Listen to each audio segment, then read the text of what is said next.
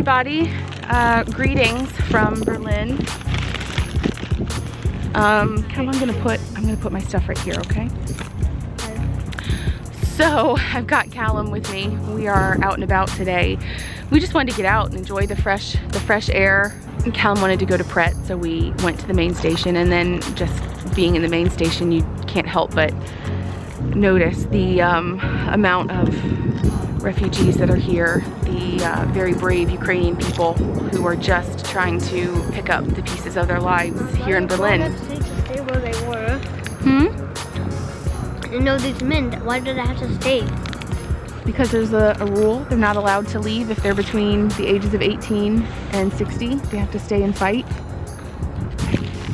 Okay. So we saw a lot of kids, and we decided that we were gonna go and pick up a few things that we know that are needed based on the list that we just saw. We're gonna pick up a few things, and we're going to deliver them at the main station where hopefully people can use them. I don't know what to do. It's a hard feeling, but I told Callum that when you feel like things are too hard, you feel like the world is not a great place, the best thing you can do is to do something good for somebody else.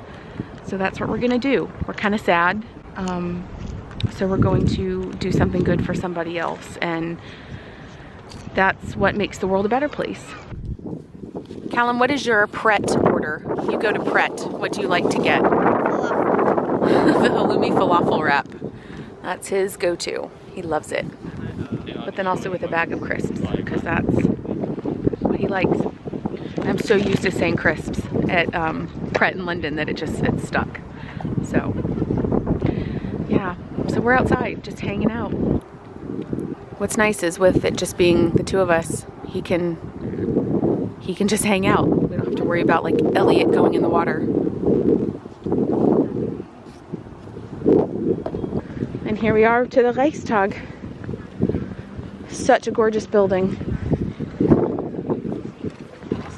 The German flags are flying high on this beautiful day. Here we go.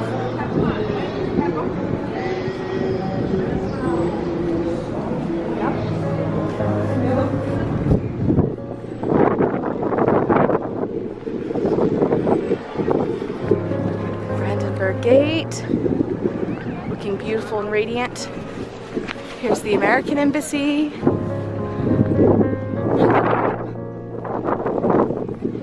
Here's the French Embassy, and the Russian Embassy is up ahead. Stop the war, start the negotiations is what it says in the window. Somebody spray painted the bicycle right here in front of the Russian Embassy here in Berlin.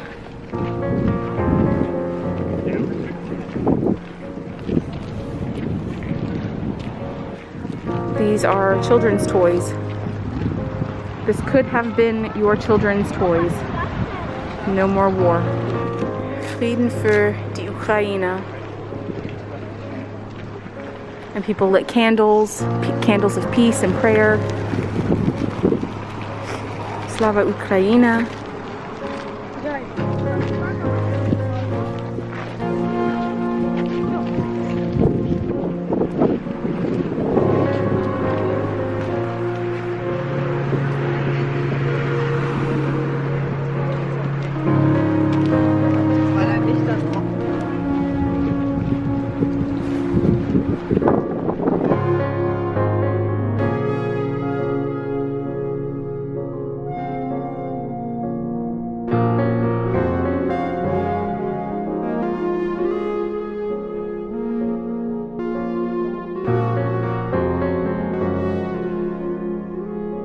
Alright, so Callum, what did we do?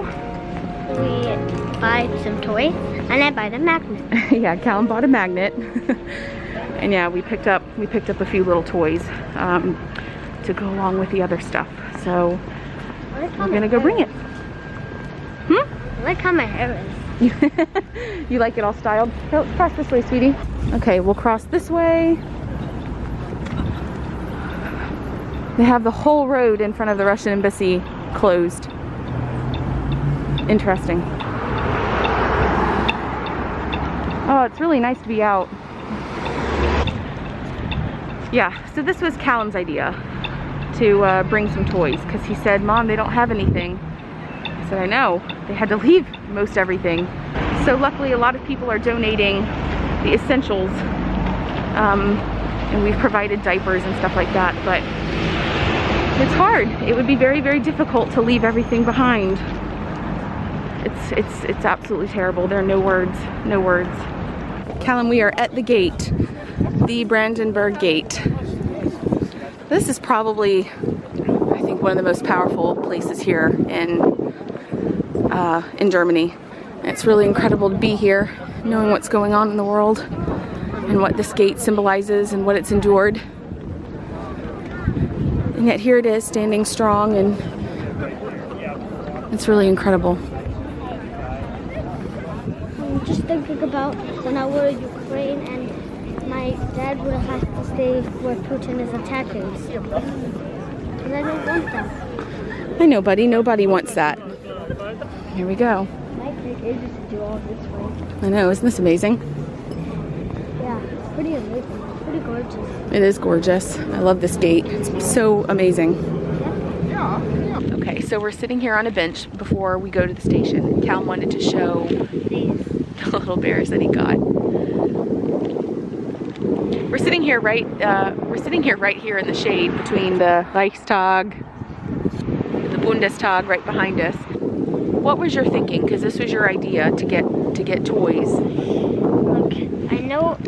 Well, the Ukrainians kids they want to play with their toys, but they don't have toys because they're home where they used to live, and they want to play with their toys. That's why I had this idea where we buy toys and we could give them to them, so they're not so boring anymore.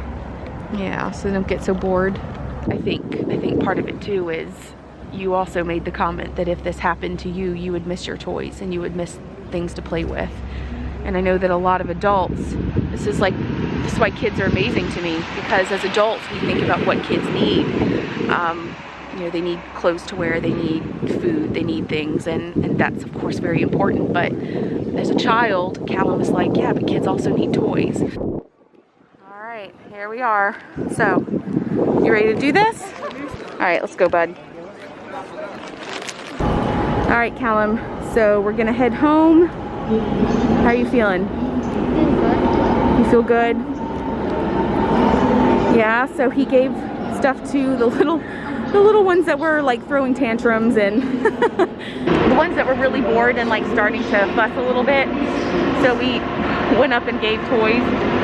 We asked the parents first if they wanted them. The parents said yes. And then the kids were like suddenly happy. So at least it will entertain them for a little bit longer. We had like little cars and little bears, and it went well. It went really well.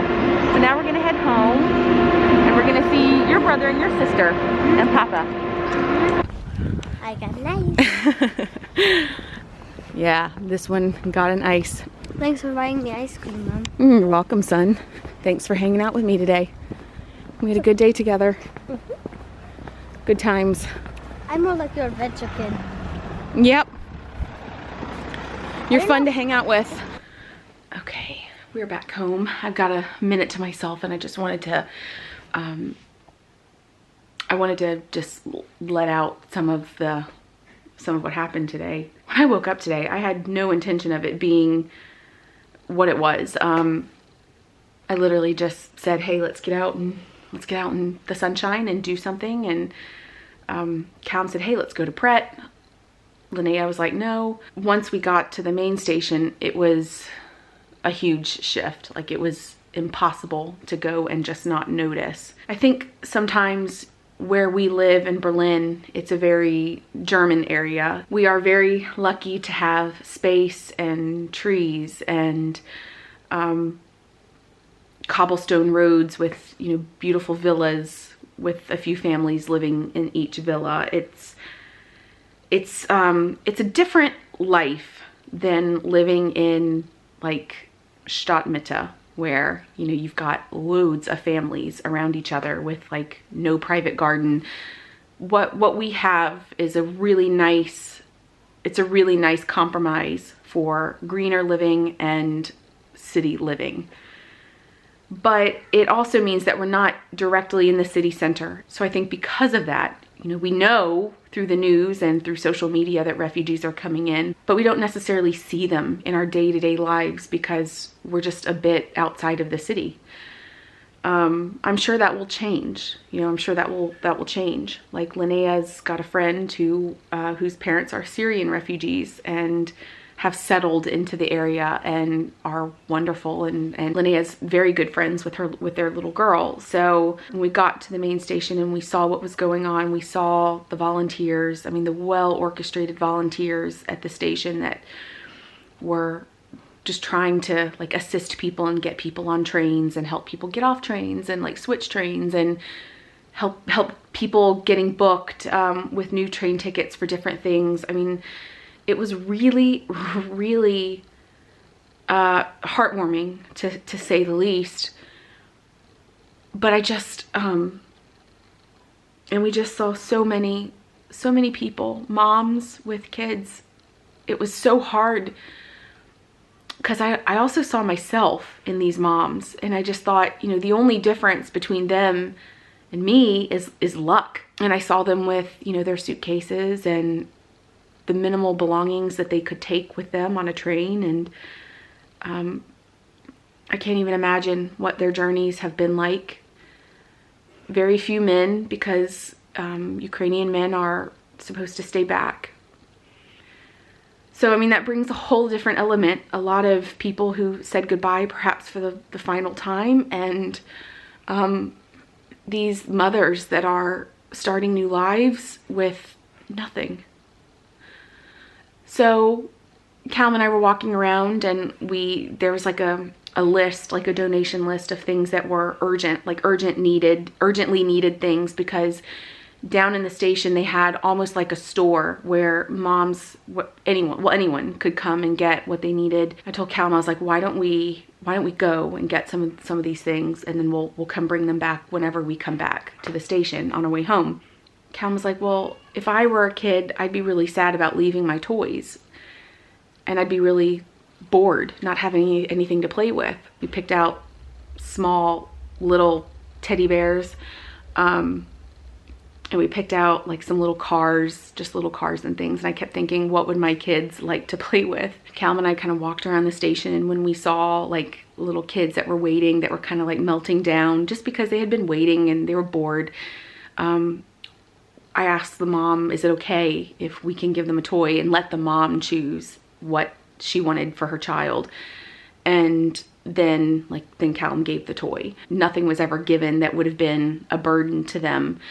And that for me was important, because it's like, well, if you're traveling, then you don't want to carry a bunch of stuff with you that isn't super important. If this were me, I wouldn't want to be burdened with more stuff when everything I have to carry myself. And the little kids were like super surprised, you know, because it was like a toy, really. And that was what they were excited about. But it's like I looked at the moms, and I knew for them it was more than a toy. It wasn't nearly enough. And then we went down and delivered the essential things that we knew were needed by the donation center. Calum and I spent a long time talking, and he's 8 now. And I know that there will be a lot of people that disagree, because a lot of people think, well, you know, don't expose your children to this. It's just too hard to explain. And it is. I also don't want to raise kids who, when faced with hard things, they run away. And I never want to raise my kids in a way that encourages them to shut down and turn off. Kids don't just learn these things. You have to teach them. You have to show them. And I think you can still provide a magical childhood. You can still preserve your child's innocence in the world, but at the same time, teaching them about the world. The best thing in these situations is to not turn away because it doesn't directly involve you. that just because we're safe here in German borders, it allows you to just not care. It is in those times, especially when you have so much and you have enough to give, that you extend yourself and you do what you can do for others. I was at least happy to share that with Callum so that he could see what it means to give back, even in some small way. And I hope that that left an impression on Callum, that he knows that being grateful is the route to happiness, and that being grateful for what we have allows us to always have what we need, to always have enough. Everything can be taken away in a second. So being grateful for what we have is the best gift that we can give ourselves. Things are such temporary bursts of joy that you can have everything and still want more. It just shows that physical things do not provide lasting joy, but that being able to do something for someone else will be something that he will think back on 20 years from now and hopefully bring him joy, bring true joy to his heart. When life gets too heavy, when the world feels like so much, that if you can find a way to give back to somebody else, if you can do something kind for somebody else, then it makes the world a little bit more bearable. You know, it brings